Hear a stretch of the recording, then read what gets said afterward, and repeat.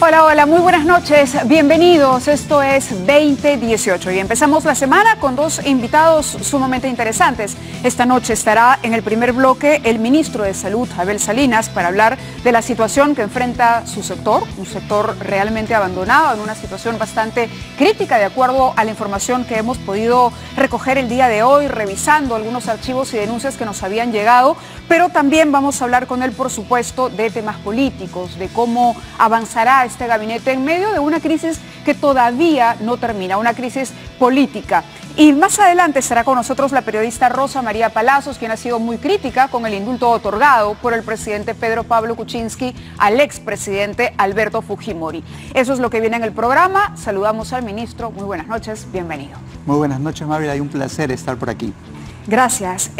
Bueno, lo primero que quería preguntarles, ¿cómo toma la reacción del partido? Porque no cesan los comentarios, ¿no? El expresidente Alan García publicó en su Facebook, no sé si tenemos en Switcher este párrafo, donde él destaca y dice: el gobierno recluta a quienes, habiendo sido los mayores críticos del presidente y del indulto, bueno, no se refiere a usted, porque usted no emitió una opinión en contra, sino más bien al señor Barreda, pero dice: aceptan su oferta con el pretexto de contribuir o de conseguir empleo para los compañeros. Es un nuevo desacato a la orden del plenario, de las bases, un ultraje de estas, considerando que pueden cambiar su fe y compromiso político por direcciones, asesorías o cualquier otro plato de lentejas. Bastante duro Alan García en este comentario, y la pregunta era: ¿cómo está manejando usted esas relaciones partidarias?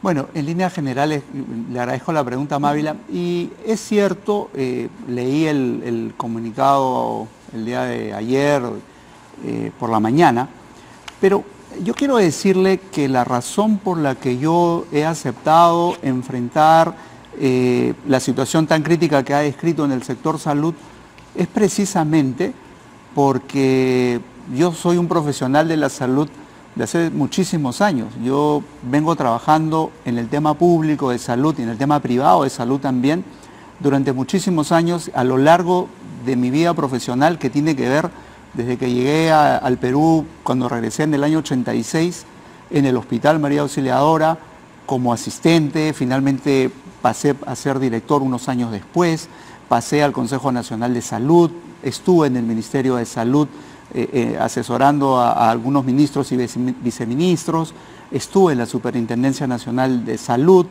de manera que yo soy testigo de lo que sufre la población, lo que sufre el recurso humano en salud y lo que sufre la población en general, a lo que usted ha descrito bien como un sistema, un servicio de salud crítico. ¿Usted se imaginó, por todo este interés y preocupación, en algún momento ocupar el cargo que está ocupando ahora? No, definitivamente no, a pesar de que, por ejemplo, en el año 2006 hasta el 2012 o 13, yo participé en cargos importantes dentro del ministerio. Me refiero a la alta dirección, a la superintendencia adjunta en la Superintendencia Nacional de Aseguramiento en Salud, y no fui convocado a ningún cargo mayor. Y de verdad que, siendo un gobierno en el que obviamente no es de mi filiación, naturalmente que era impensado. Yo recibí una invitación muy poco antes por parte de la Premier, ella lo ha contado, para integrar este gabinete. Entiendo que entrevistó a muchas personas, por alguna razón que ella misma ha descrito, le pareció interesante el perfil, el trabajo que yo había desarrollado, pero fundamentalmente yo le expresé mi vocación de servicio. Y yo creo que en los momentos críticos, en los momentos donde se necesita poner el hombro, no existe color ni bandera política. ¿Es cierto entonces que Mercedes Arauz lo convoca un día antes de la juramentación? Un par de días antes. Un par de días antes. ¿Y la recomendación fue en efecto del señor Barreda o de Jorge del Castillo? No. Ella, entiendo que, la verdad que no le pregunté quién, pero ella fue la que me convocó, y sí sé que hubo más personas que entrevistó. Y luego de eso pasó un día más y recibí la invitación para conversar ahora sí con el presidente, y eso fue realmente muy poco antes de la juramentación. Claro, porque a diferencia del señor Barreda, usted no presenta un permiso de licencia al partido político. No. Sí lo claro, presentó. Yo lo presento cuando me confirman que, entonces, antes de llegar a la juramentación, presento la licencia. ¿Con cuánta anticipación? Bueno, es el mismo día, porque era cuando realmente le habían confirmado. Me habían confirmado, o sea, no era posible presentar una licencia antes. Lo llamaron 2 días antes y lo confirmaron el mismo día de la juramentación. Unas horas antes. Unas horas antes. El día anterior, pero muy tarde, ya no era posible presentar ninguna. ¿No lo sorprendió que para un cargo como el de ministro se le confirmara su participación horas antes de la juramentación? ¿No vio usted que era todo muy apresurado y que esto de alguna manera podía entenderse como una situación de emergencia política? Definitivamente la situación política es difícil, eso es innegable, pero bueno, yo muchas veces escuché a mi padre fue 3 veces ministro, y de manera que no era algo raro de saber que muchas veces los ministros son convocados no con gran antelación. Es más, se conoce que a nadie le dicen mucho tiempo antes que va a ser ministro. Hasta que uno no jura, no es ministro. Puede haber sido convocado y no llegar a juramentar. Eso ha ocurrido también, la historia republicana sí da cuenta.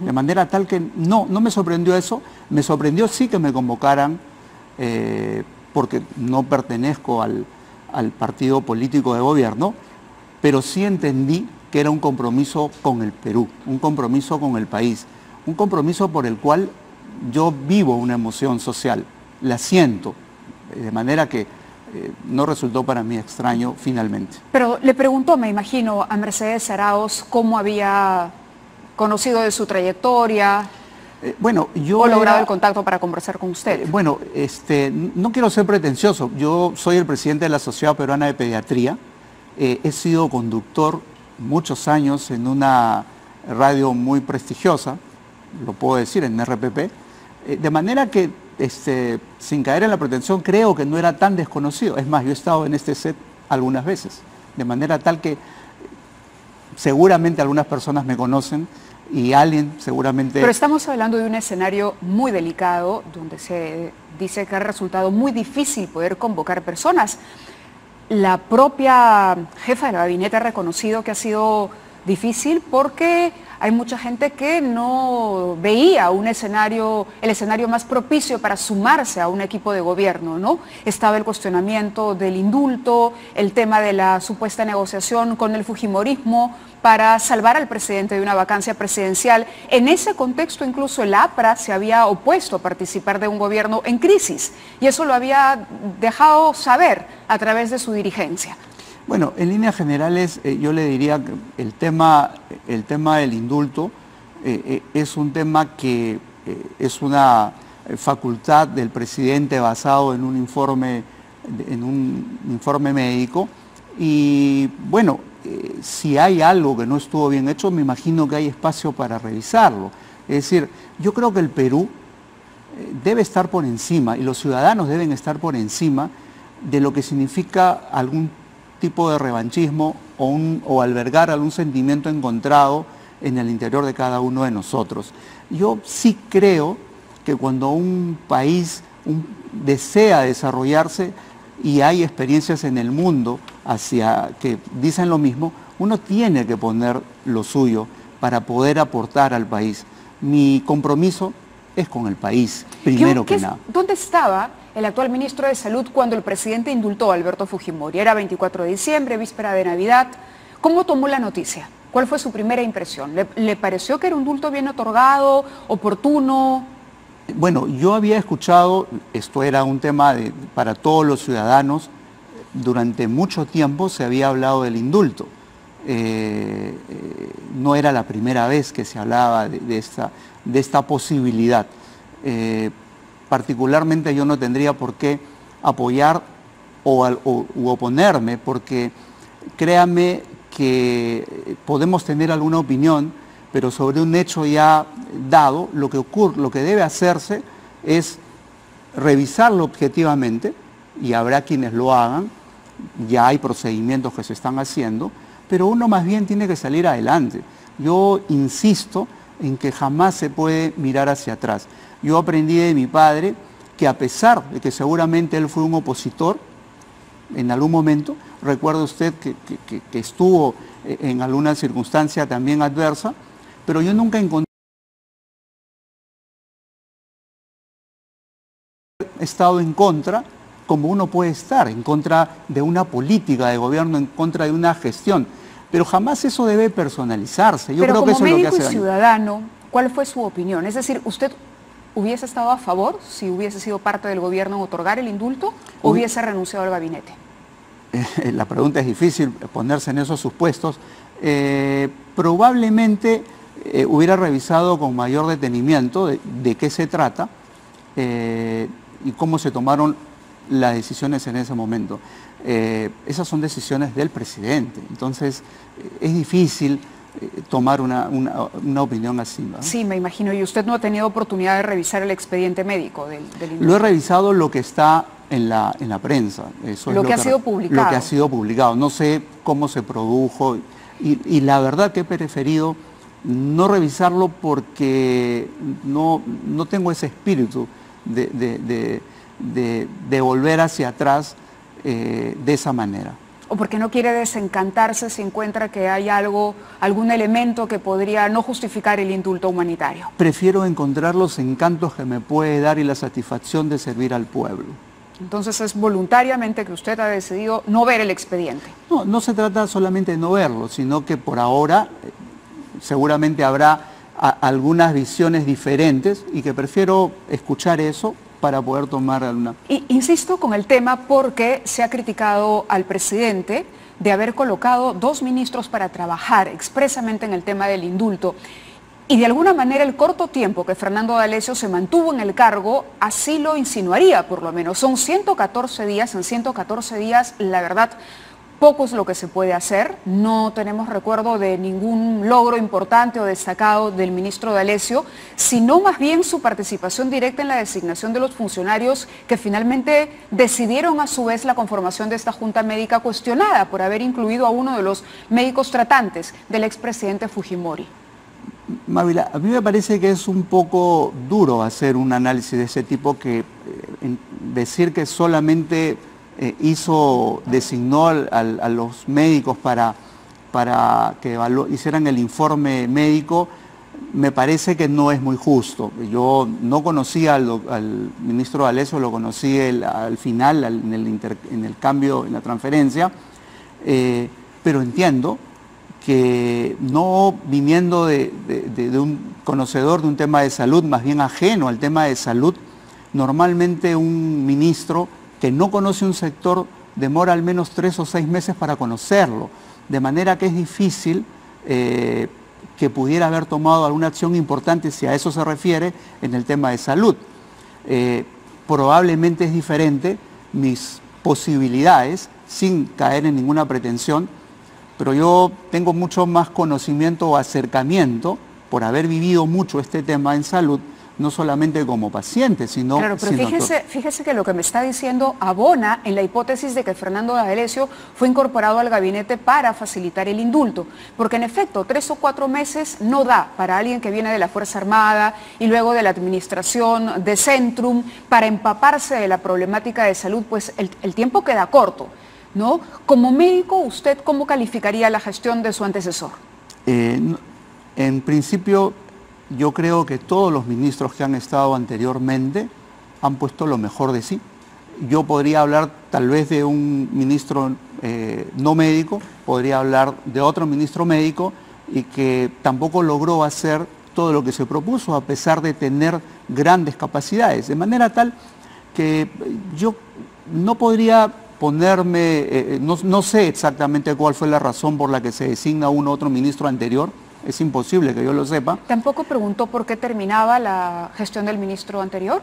Bueno, yo creo que las posibilidades de continuar en una gestión en el tema estrictamente sanitario estaba un poco complicado porque no se notaban resultados. Se notaban intencionalidades, pero era evidente que faltaba un poco más de conocimiento tal vez del sector. Y probablemente ante las necesidades urgentes de la población, y yo creo que eso es legítimo, hacer algún cambio, hacer otra propuesta. Yo creo que eso es legítimo absolutamente en el presidente y en la Premier. El hecho de que apareciera al día siguiente de su designación, de la juramentación, en este almuerzo con Jorge del Castillo, celebrando con un grupo de médicos, ¿no abona también al hecho de que muchos piensen que Jorge del Castillo fue la persona que lo ayudó a integrar el gabinete? Le cuento lo siguiente. Hace más de 12 años que este grupo de médicos apristas se reúne. Antes se reunían en otro local cercano, que ya no hay un restaurante ahí, en un club cercano, y ahora se optó por estar en el círculo militar.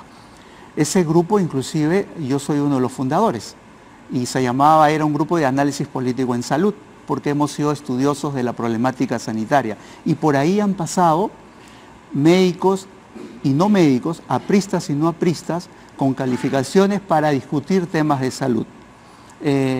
Dirigentes nacionales también del partido. Fíjese que cuando vivía Armando Villanueva también ha ido.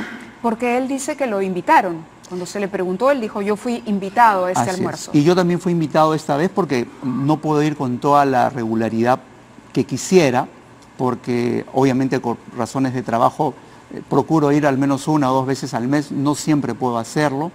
Y naturalmente, después de haber compartido tantos años esa mesa, cuando ocurre la designación, me avisan me invitan rápidamente para participar y felicitarme. El tema era felicitar la designación. Estuve muy poco tiempo, porque ese día había Consejo de Ministros, teníamos un almuerzo por el cual pedí excusarme al propio presidente de la Premier para ir a esta reunión rápida, y me encontré con muchas personas, habían muchas personas, estuve 30 o 40 minutos y ahí me fui al ministerio rápidamente. Escuché decir esta mañana que todavía no recibe formalmente esta notificación del partido sobre su expulsión. Es correcto, no le he recibido hasta ahora, y Mávila, le cuento que seguramente más adelante la recibiré. Dentro del partido hay todo el ordenamiento para los procedimientos que deben continuar, pero tampoco es algo que voy a hacer público, con el mayor cariño y respeto. No es algo que voy a tratar en los sets de televisión ni en las redes sociales, porque eso no le debe interesar al ciudadano. Mis problemas, mis expulsiones o no expulsiones, son problemas secundarios absolutamente para la población. El ciudadano de a pie, aquel que necesita servicios de salud, necesita que se mejoren las atenciones, que tenga medicamentos, que tenga insumos, que no tenga que amanecerse, le interesa otras cosas de lo que yo pueda hacer. Vayamos entonces a analizar algunos de los problemas que enfrenta el sector salud, porque hay una cantidad impresionante, 20% de la población que no tiene ningún tipo, por ejemplo, de cobertura sanitaria. Es decir, depende directamente de los hospitales estatales. Estamos hablando de 40%, que ha sido la cifra que más hemos repetido en lo que va de los últimos meses, por lo sorprendente, por lo peligrosa de anemia infantil en nuestro país. Vemos esporádicamente y cada vez más seguido mujeres que dan a luz en los pasadizos de los hospitales, pacientes que se quejan de la atención, medicamentos que no llegan porque los hospitales no cumplen con pagarle a los proveedores. ¿Cuál es la lista de prioridades del flamante ministro de Salud? Bueno, la problemática es grande y las prioridades están identificadas, por ejemplo, en la lucha frontal contra la anemia. Eso es como pediatra podría yo decir lo que es inadmisible para mí.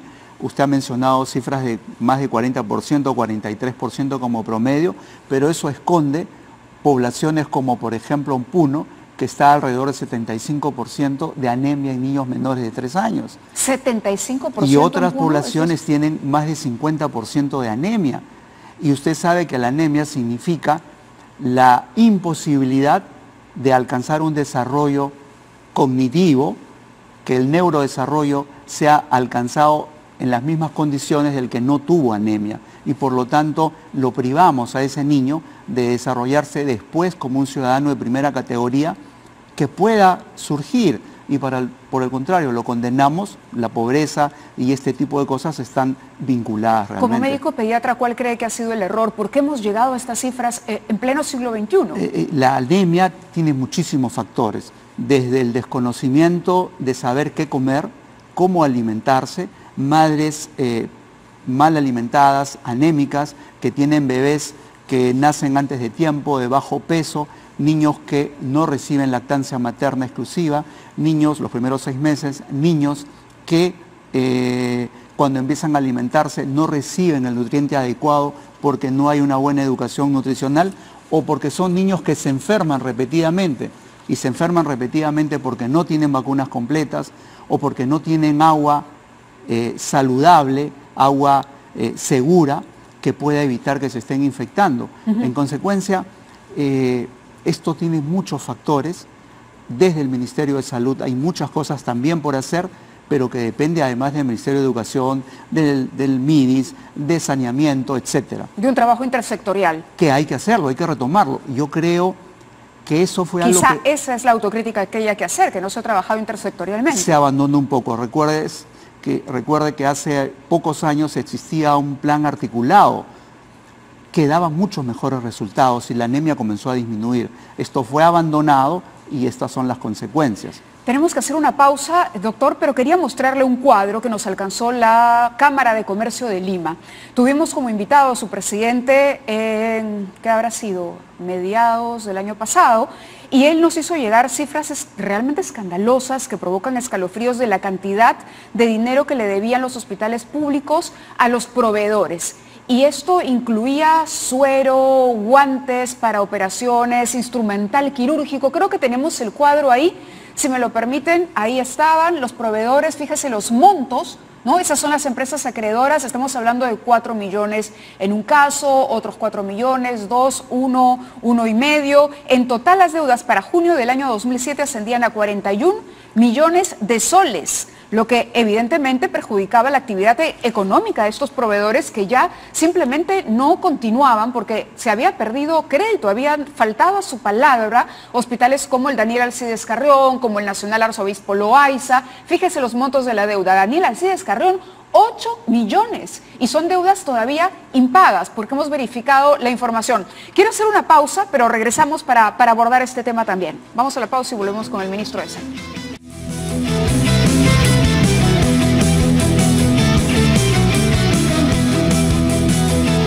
Muy bien, continuamos con la entrevista con el ministro de Salud, Abel Salinas, y hacíamos mención a unos montos tremendos de deudas que corresponden a los hospitales públicos, hospitales que no han cumplido con el pago a sus proveedores. El 26 de junio del año 2017, Mario Mongilardi, presidente de la Cámara de Comercio de Lima, envió una carta al que entonces era el jefe del gabinete, Fernando Zavala, y ministro de Estado en la cartera de Economía. Esto ocurrió después de que Zavala solicitara información para corroborar la denuncia de las deudas. Hubo un compromiso de pago y sin embargo no se cumplió. Luego vino la gestión de Fernando D'Alessio en el MINSA, nuevamente la Cámara de Comercio hizo público esto, más de 41 millones de soles y hasta el momento sigue ahí y no se puede solucionar este impasse que ha hecho que los proveedores simplemente digan, ¿sabes qué? Trae mi suero, mis analgésicos, mis antibióticos, mis camas quirúrgicas, etcétera, etcétera, etcétera. ¿Usted tiene conocimiento, se ha puesto en contacto con el señor Mongilardi o es muy pronto para hablar de una solución? No, definitivamente cuando una deuda está impaga no hay tiempo corto. O sea, una deuda debe honrarse, eso definitivamente. La información que tengo, pero que tengo que corroborar porque estamos en pleno proceso de transferencia, los equipos, tanto del ministro D'Alessio que salió, como el equipo que nosotros colocamos, están terminando el día de mañana la transferencia. El día jueves nos van a hacer la presentación de todos los pendientes.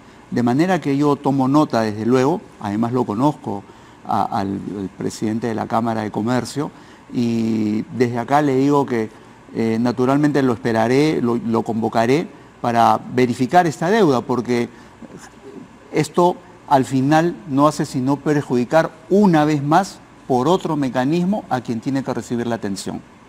Porque, y esto ha ocurrido otras veces, cuando he sido director del hospital, me ha tocado también heredar deudas. No son deudas que uno genera, pero las hereda. Y recuerdo haber tenido una deuda muy grande que nuestro hospital tenía, por ejemplo, con el suministro de oxígeno. Y usted se imagina lo importante y vital que puede ser para la vida de un ciudadano el tener oxígeno en Claro, un hospital. se han presentado una cantidad de casos increíbles. En el caso del Hospital Loaiza, por ejemplo, hemos recibido muchísimas denuncias y se han conocido también a través de otros medios de los médicos que dicen no tengo, qué sé yo, determinado antibiótico o tal medicamento, o no tengo guantes, y el paciente tiene que ir y comprarlo, y en realidad son negocios privados de algunos funcionarios del sector salud que tienen su proveedor particular. Entonces el paciente en su desesperación termina comprando, poniendo de su bolsillo para remediar, porque tiene que salvar la salud del padre, madre, hijo, del paciente que en ese momento se esté atendiendo. Y esto nos lleva a otro tema, que es el tema de la corrupción. Uno de los temas que se cuestionó también durante la gestión anterior fue el hecho de que se había nombrado mucha gente a dedo en puestos claves, en puestos de compra. Tenemos una ayuda a memoria del Hospital Loaiza, por ejemplo, favores con proveedores, médicos, personal médico de Loaiza venden medicinas e instrumental médico a pacientes, no ejecutan el presupuesto que se tiene, del 2017 más de 3,5 millones de soles no ejecutados, malversación de presupuestos, maltrato a pacientes del programa Prevención y Control del Cáncer. En fin, ¿se va a revisar la designación de estos empleados que han sido incorporados al sistema recientemente? Definitivamente sí. Ya tenemos una programación donde van a acudir primero todos los directores. Los hemos convocado y hay un cronograma donde revisaré un poco, yo mismo estaré presente escuchando las presentaciones de cada uno de ellos y además los documentos sustentatorios. Hay dos cosas que ocurren. Hay unos temas que tienen que ver con falta de transparencia o corrupción, como usted lo menciona, y hay otros temas que tienen que ver con una gestión ineficiente. Muchos de estos casos ocurren porque no se compraron los insumos o los medicamentos suficientes y finalmente no los tiene la institución. Y por lo tanto, el paciente, el usuario, tiene que salir a comprarlos en cualquier otro lado. E inclusive, es cierto, a veces viene el tema de la corrupción y pueden ser derivados, entre comillas. Ahí, esto es un tema que tiene que acabar y si me permite después puedo hacer un comentario. Hasta hay jaladores que lo llevan y le dicen que esto es lo que te falta, eso lo venden aquí enfrente y les venden ese tipo de medicamentos. Bueno, contra eso aquí yo me indigno y esas cosas no pueden ocurrir y no deben y no las vamos a permitir. Lo que pasa es que tenemos, por ejemplo, que mejorar nuestro sistema de compras. Si hablamos de medicamentos, nosotros lo que necesitamos son medicamentos genéricos, seguros, de calidad y que sean accesibles. Y tenemos bastantes dificultades para contar con ellos.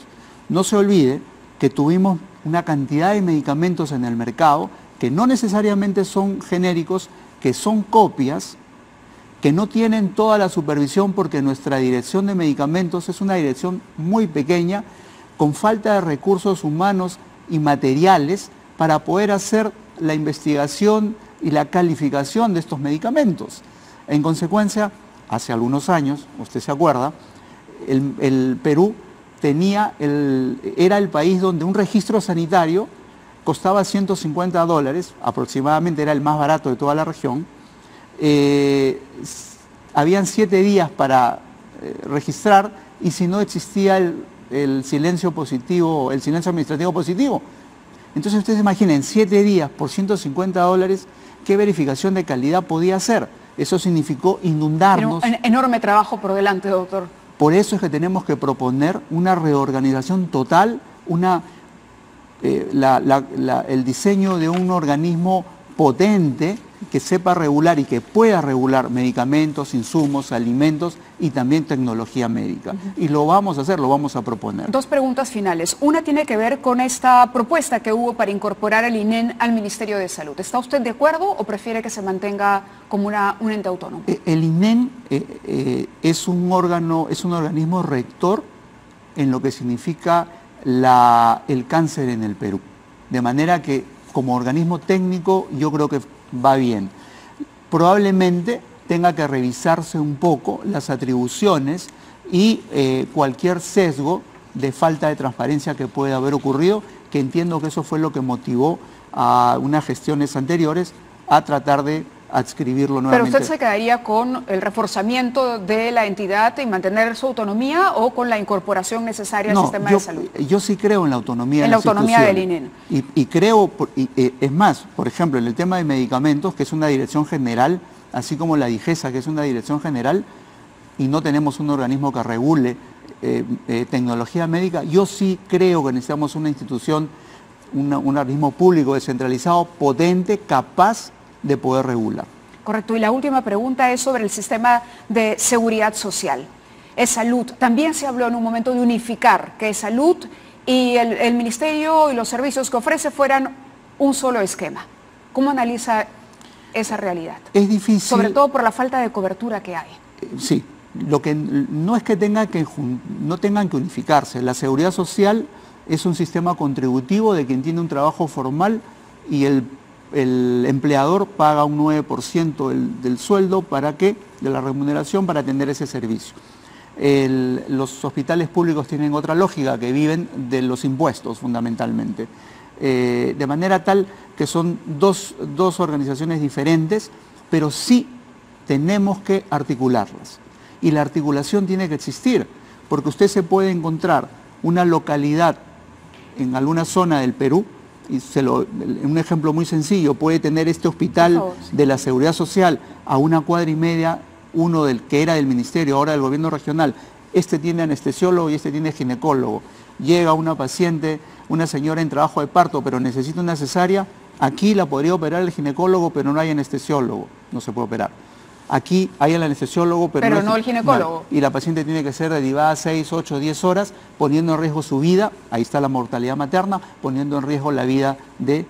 Entonces, desde su punto de vista, sí valdría la pena hacer el esfuerzo por interconectar los servicios de salud en general en el país. Porque todo el sistema de salud del Perú es articulado, de manera que es ineficiente, inequitativo, es injusto, fragmentado. Llega a algunos y a otros no. Contra eso vamos a luchar. Bueno, la mejor de las suertes en el reto que le toca por el bien del país. Ha sido un gusto tenerlo aquí y estaremos seguramente permanentemente en comunicación. Con todo gusto, Mávila.